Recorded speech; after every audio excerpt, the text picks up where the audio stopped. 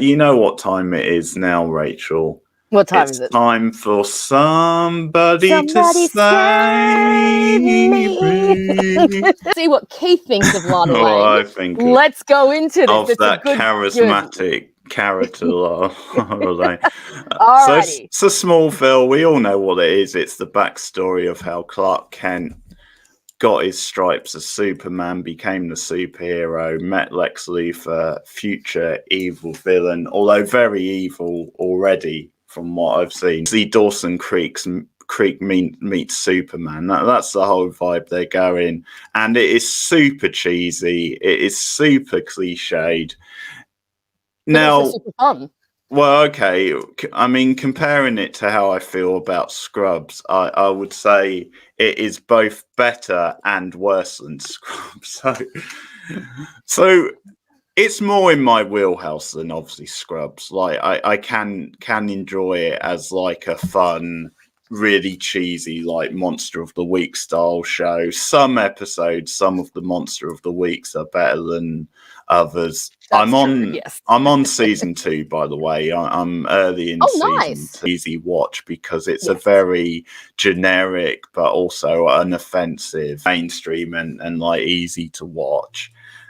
So as I said, it's super cheesy. It's as subtle as a sledgehammer, and I'm not connected to Superman like some people, so it doesn't like that stuff doesn't piss me off like some people. But I get where some of their anger comes from. So for example, in the first episode, the setup, which is like super clunky, but I rewatched the pilot the other night on stream, and it's actually not a terrible pilot, but like we find out in the opening minutes that Lex Luthor was a ginger. Who knew? And that the reason he became bald was because he had all his hair burnt off. Is bald, according it's from the meteor shower, so there is a reason. Creepy looking ginger hair like that, I probably would have gone bald eventually. But well, there is some more stuff about Lex later on that also explains a bit more about him and the effects of the meteor shower.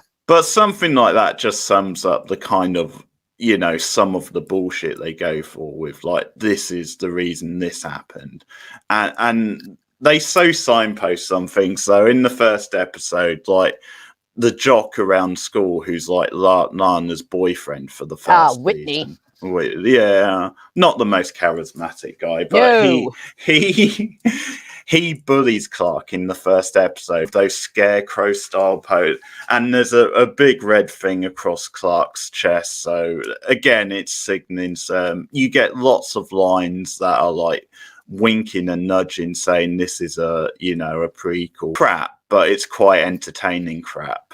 It's so silly at times, like the melodrama and how contrived and the unbelievable lines of dialogue. Like there's a scene with Clark and Lex when they're up in like the barn, and Lex has this line about something to do with our friendship will go down in history. Now, who says that about like a friendship? I mean, Lex Luthor does, because he's over dramatic. He's an over dramatic bitch. But they just hit you over the head with everything, like over the top reactions. The love triangle is so ridiculous, so overplayed. Which love triangle? Same one, the one Lana, Chloe, and Clark. Oh, well, it's not even really a triangle, though. I mean, as you watch season 2, you'll see, like, Chloe Sullivan is just the worst. Both girls have feelings for Clark, even though Lana's not she is letting on because it's as subtle as a sledgehammer, but she's not outright saying it because of her boyfriend. I think you're taking this the wrong way. What I'm saying is it's a bad show, but it's a bad show in quite a silly, entertaining way, which I can actually watch and enjoy. Like some of the Monster of the Week stuff works better than others. Some is like ridiculous. Cutting the heads off supermodels. It's kind of redundant, isn't it? Just looking for outfit ideas. I still don't have anything to wear to Lana's party.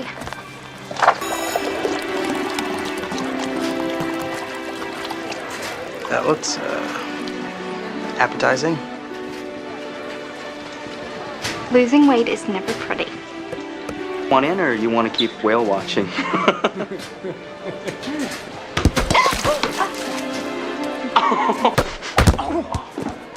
You think someone that stupid would have a thicker head? One episode which was surprisingly better than I thought it was going to be is the B episode. Oh, the B episode. Oh God, I remember that one. Yeah, Oh, dear. I actually quite like the actress in that one, the guest star, but like Well, she's from Buffy. She's the Buffy bot. I'm pretty sure she's the same actress who plays the Buffy bot. Wow. Yeah, That's fun. That's fun. But yeah, that episode was unbelievable. See what I did there? you were just waiting to do that, weren't you? Yeah. So many Vivas. Grow up with it. I don't have the nostalgia you do. That's part of it. But like, I can enjoy it as a so bad it's good TV show style thing, because I think it is legitimately cheesy and bad. Yeah, the April bot. Yes, the April bot. Oh, sorry. Yeah, I said the Buffy bot. No, I didn't mean the Buffy bot. Sorry. Yes, the April bot. She is quite good in that episode, even though her character is so cliched. You know, we're going to make her look like quite bratty and ugly. Rosa Bond is good. I don't agree that he's the best Lex Luthor ever, but it's like... Well, you're only into season 2. There's a lot more to come. Well, he's good in the role. Like, I don't know if we need a whole backstory. Then he's jumping about between being evil and good, but like, well, he's not really evil in these early seasons. He's teetering. He's not evil at this point. Okay, but that's kind of the point of Lex's character, is you're supposed to see where he started and where the start of darkness came from. And I don't know, for me, there is that tragedy of him and Clark being so close and having so much love for each other, and then we just know where it's going to end up. And again, you're only in season 2. There's a lot of meaty stuff that's going to come up with those two, and it just yes, Sean, morally grey is a good way to put Lex at this point. So, I mean, one of the better actors on the show is John Glover, he's one of those great. He always plays slimy characters so well. Yeah. And I was pleased to see that he gets a bigger role in season 2. He becomes more of a regular. So that is good. I mean, I know it's unpopular, but I do think one of the better actors on the show is Alison Mack. I know but she is quite a good actress, to be fair, like outside of the dodgy real life stuff. I think she has more personality than most of the actors on the show. And you know, the character itself for what it is, I know she can be grating at times, but for what it is, like, she offers a good alternative to Lana. The parents aren't too bad, actually. I don't mind the parents too much. But let's just talk about, because Tom Welling as Clark is so wooden. He is such a bad actor. I don't think he's as bad as you're making him out to be. He's obviously, I mean, he hadn't done much at this point. I think he would basically just been a model before Smallville. So I think Smallville was one of his early roles. As well. Look, season 1, he definitely needs to warm into the role, but he gets a lot better as the series goes on. And I don't know, there's something about Tom, this earnestness to him that I really love. Plus, okay, here's my little admission. I think Tom Welling is one of the most beautiful men on the face of this planet. So there's definitely that is clouding my judgment when it comes to judging him, because I just look at him and I'm just like, oh, you're so gorgeous. And they keep taking his shirt off too, which is very, very nice. So yeah, he was one of my first crushes. He was like one of my first early crushes when I was a teenager. And he definitely, and especially when you put him next to people like Michael Rosenbaum and Alison Mack and John Glover, who can all obviously emote a lot better than he can. He gets it now. Hotness definitely overrides everything. No, look, I do get what you're saying. I do think he is a bit wooden in season 1, but I think he grows into the character. And I think it's about the fact that he didn't have a lot of experience. But I love him. I think he's great. So I think you're being a little too harsh on Tom here.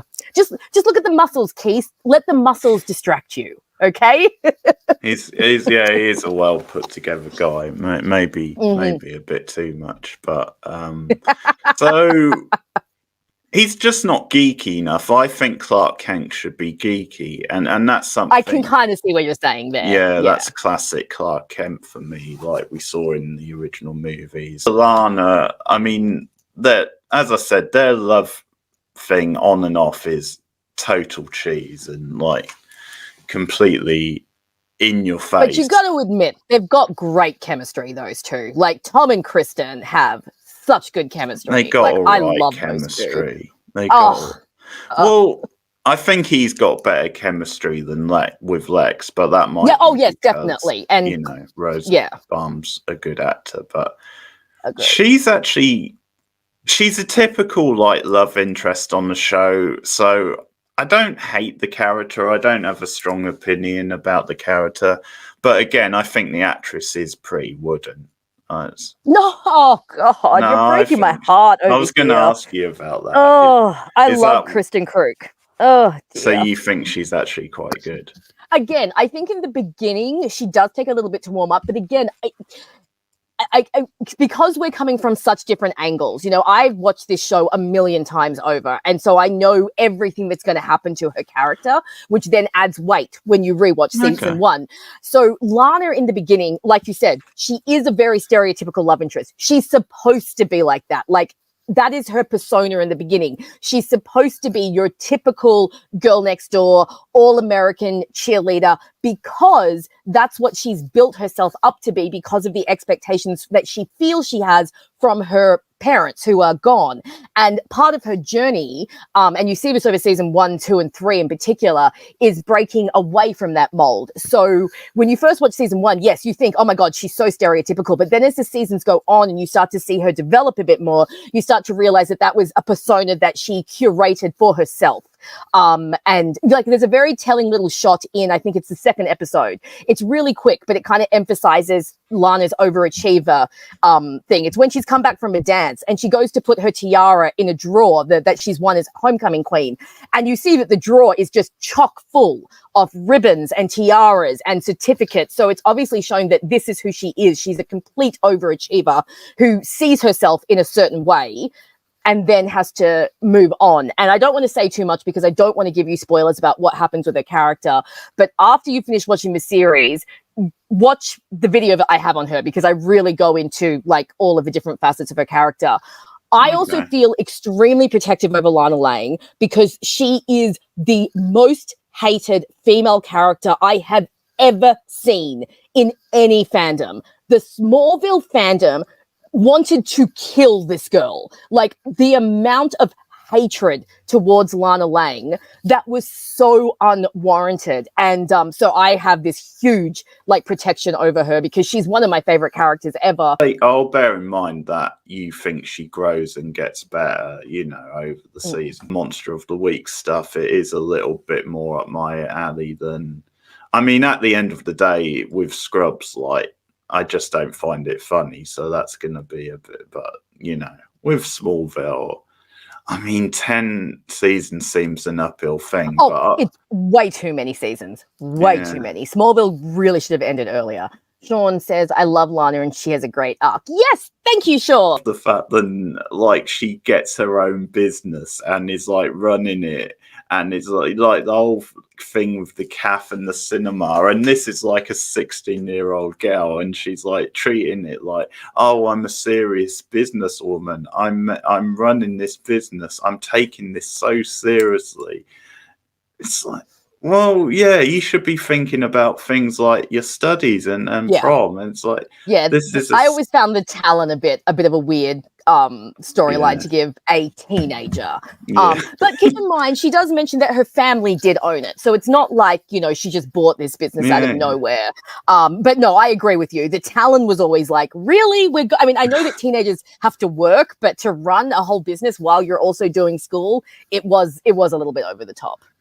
And a couple more comments. Just another character. Pete is terrible. Pete is wasted. He's a charisma freestone. Yeah. Well, I don't know if he's wasted because he's a boring character. No, he is. He kind of is. Yeah, but hang on. You can't be wasted if you're a bad character to begin with. That's not being wasted. That's just you're no good from the start. Poor Pete. Oh, it doesn't help that he's the only character of color and they give him so little to work with. Not good. That's well, I mean, I always guess you a have shame. Lana too, but like, Pete is more obvious a character of color. So, so sadly, the actor's not very good, and he doesn't have the character's pretty boring. You know the episode where they get like Radiohead tickets. It's such a missed opportunity. Not only do they not go to the concert, so like they definitely didn't have the budget to film a Radiohead type concert. But at the same time, they didn't even play a Radiohead track in the episode. It's so annoying because they do play a lot of like really crappy, generic, like early 2000s type bands, like Alien Ant Farm being an example.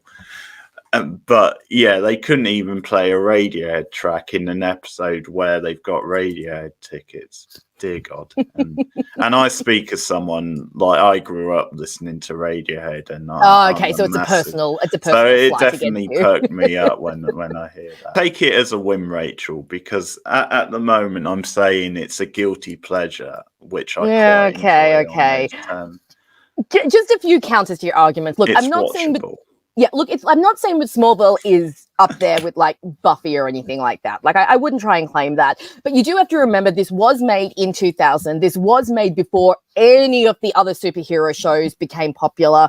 So this was pre the DC TV EU. We didn't have Arrow or Flash or anything like that we've got now. It was also one of the first times that they tried to market a Superman show towards teens, So again, early 2000s, Monster of the Week stuff was very standard back then because, you couldn't really have the overreaching arcs yet. I don't agree that it's so bad it's good. I think Smallville is better than you're making it out to be. But then again, I think you'll need to watch the rest of the series because you will get some really fantastic episodes. Season 2 has some really good episodes. Have you watched Ryan yet? Or Stray, is it? Which episode is that? Ryan, the one with the little kid that the Kents kind of take in for a little while. Oh yeah, that kid, pretty crap. It's. I didn't say that was crap. That was a gorgeous episode. No, the kid is annoying, and it's so on the nose, like the way he just conveniently knows all this stuff and is saying like. But he doesn't. He's a mind reader. Well, but they telegraph it, and it's just like. What do you mean they telegraph it? What are they supposed to do with it? It's all right, but it's an example of why it's not a great show. It's because they have like Monster of the Week style plots, some of which in theory are good and you can do things with them. But they just do the most basic things with them. They don't really... Okay, so just for argument's sake, what would make the episode better? Well, a better actor as the kid, for example. Okay, take Ryan out. Take the dislike for the kid out of it. Annoying. Ryan's not annoying. Has anyone seen this episode? Can anyone please back me up? That kid who plays Ryan is adorable. Yeah, but they just do this cliche thing of like for most of the episode, he's very suspicious of everybody around him, and then he grows to love them, and they just do a really cliche, Walton style thing of by the end of the episode he's gonna love everybody and everybody's gonna love. Exactly how it works out. I mean, he's being chased by crooks who are trying to use him and his abilities, so of course he's going to be suspicious of people coming after him, but then he forms a bond with Clark, which is done in a fairly natural way. Phil has recommended this. It will be bad. And then the wall doesn't come down. Well, I said it's so bad it's good. I mean, that is. I do not agree with that. But you know what? Keep watching. We'll see how we go, because we do get some really good storylines. Season 3 in particular has a fantastic arc with Lex that is just so good. You like the character? Oh, Okay, so you talk about like the love triangle between her, Clark, and Lana, except it's not really a triangle because Clark obviously does not have feelings for Chloe. And Chloe, to me, is a gender reversed nice guy. She basically feels entitled to Clark's feelings, and like she should be Clark's love interest instead of Lana. And the more that season 2 plays out, she's got some things that she does in season 2, which I don't want to tell you because it'll spoil some stuff that really make me like hate her. And it's actually really funny because watching the Talkville podcast with Michael Rosenbaum and Tom Welling, and Michael does not like Chloe either. Like all through season 2, he keeps being like, oh God, here's Chloe again with her drama and her poor me attitude. And that's really my issue with Chloe, is she acts entitled towards Clark, and some of the behavior she displays towards him and Lana because of that pisses me off. Shows that is like, it's so melodramatic and over the top. So the trouble with someone like Lana as a character is she's just too good to be true. And that's sort of the problem. Like, she's too squeaky clean for like a teenager who's only 16. And so Chloe instantly is a more interesting character because there's more depth to her. Like, she's got like the journalist side, and I think she gets involved quite heavily with like the investigation side. Oh yeah, she definitely does. And that side of her is fine. But okay, so for example, in episode 2, right? After the whole prom thing, Clark tries to ask her out again. He says, do you want to go to the movies or something? And she decides to pull the friend card almost as if she's testing him. Yeah. Like, she's like, oh yeah, let's be friends. And then when he agrees with that, she ends up spending the rest of the season acting like he dumped her when he didn't. He gave her an opening. She rejected it. Like, there's that episode with the chick who has the pheromones, which I really hate that episode. But, you know, she almost marries Lex and she can kiss guys and make them do what she wants. Remember that? That was a really crappy episode. But it doesn't work on Clark because he has a different chemistry because he's not human. And when they find out that it doesn't work on Clark, Chloe ends up making this really nasty comment about, well, lucky for us, Clark Kent is immune to certain members of the opposite sex. And she makes all these comments like that over the season. It's like, Chloe, you pulled the friend card. You decided to reject him. You don't get to walk around like you are the injured party now. And like I said, towards the later half of the season, she's got some actions where I'm just like, ugh. I just don't like Chloe. She just didn't, I don't know, something about her character just did not mesh well with me. Just no. Do you know Kristen Bell was up for that part? Kristen Bell auditioned for Chloe, which you can definitely see. Yeah, you can. Yeah.